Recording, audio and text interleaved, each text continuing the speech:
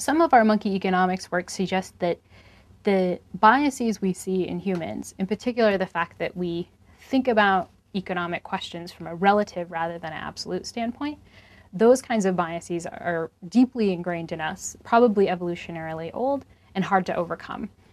What this means is that we got to start taking these biases seriously, and the policy implication, or even just the implication for lay people, trying to make economic decisions, is to realize that these factors are at work. So one thing we've learned is that the monkeys actually pay a lot of attention to reference points. So arbitrary information that just sets a price for you, and you care about whether the actual price you're going to pay is less or more than that. So advertisers do this to us all the time. You can't walk into a grocery store or a department store without seeing, was like $300, now only $199, right? We're affected by these things, even though we really like to think that we aren't.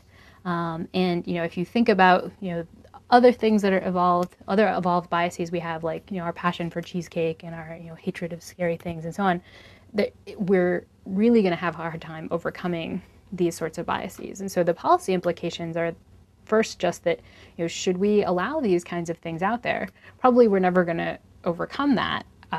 Probably these kinds of things are going to be there, but as a decision maker, you should really realize that they're there and understand that your choices are really being affected by these pieces of information. There are a set of folks who are really pushing the view that we need to take these biases seriously. So folks like Dick Thaler and Cass Sunstein, who wrote this recent book, Nudge, that I think thankfully is having a big effect, saying that, look, we need to take these kinds of things seriously, because pretending that we don't have these biases means that we set up these choice structures, as they call them, choice architectures, that are influencing people's behavior, even though we don't think that they do. So they have a case of, consider a lunch line when you have different foods in different orders. And let's say that we could figure out for sure that the first piece of food is going to affect what you buy.